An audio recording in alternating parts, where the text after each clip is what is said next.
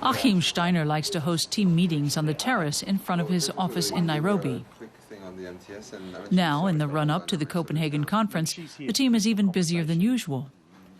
The UN Environment Programme's biggest challenge is to convince the delegates to take decisive action to combat global warming.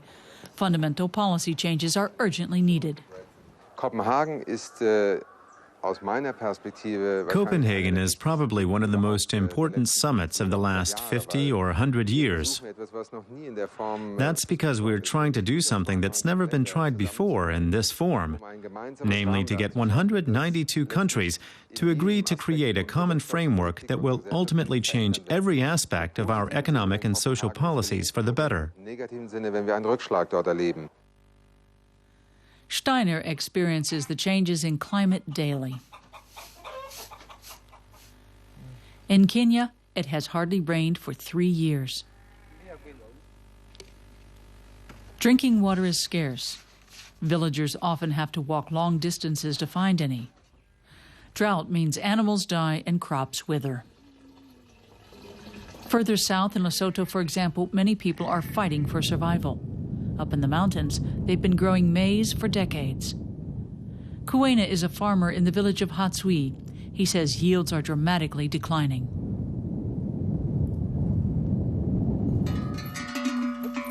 Yes, we are planting the maize because the important, the special food in Lesotho or in my place is maize. So we plow the maize, but we are not sure even if the rain comes. Every year come less until now. That means that now the life is difficult. Climate change means sea levels are rising. In Senegal, along the Atlantic coast near the port of St. Louis, the people are fighting a losing battle.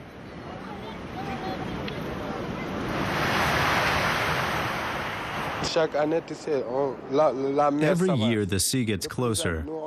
It used to be a long way away, but now it's very close.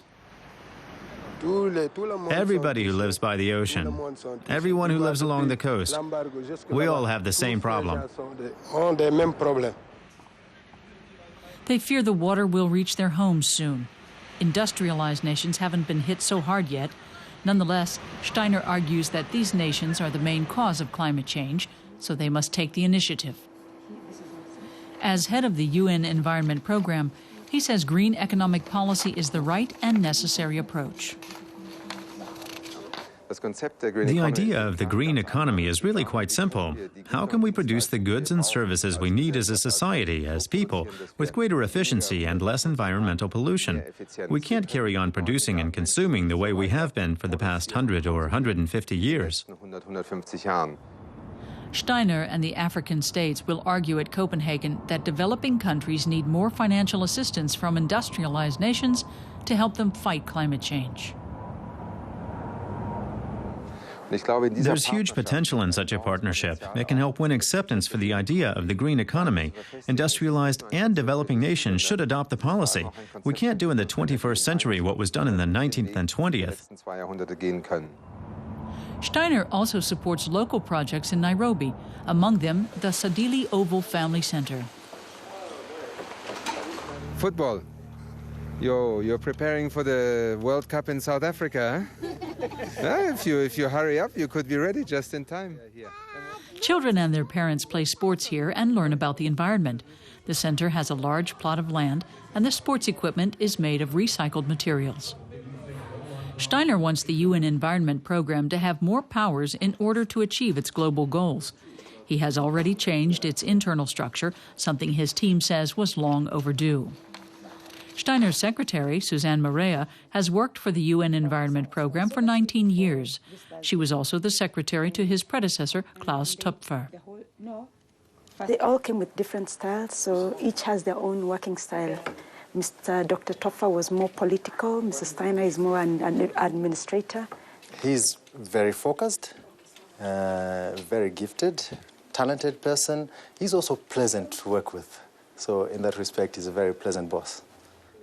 Steiner has a clear vision of what needs to be achieved in Copenhagen. It has to be more than a compromise, not just a program of small steps. The outcome of the Copenhagen summit has to be a clear and convincing commitment to reducing emissions worldwide by 50% by the year 2050. That's the goal the Intergovernmental Panel on Climate Change has set us. Despite all the hurdles, Steiner says he is optimistic that Copenhagen will be a success.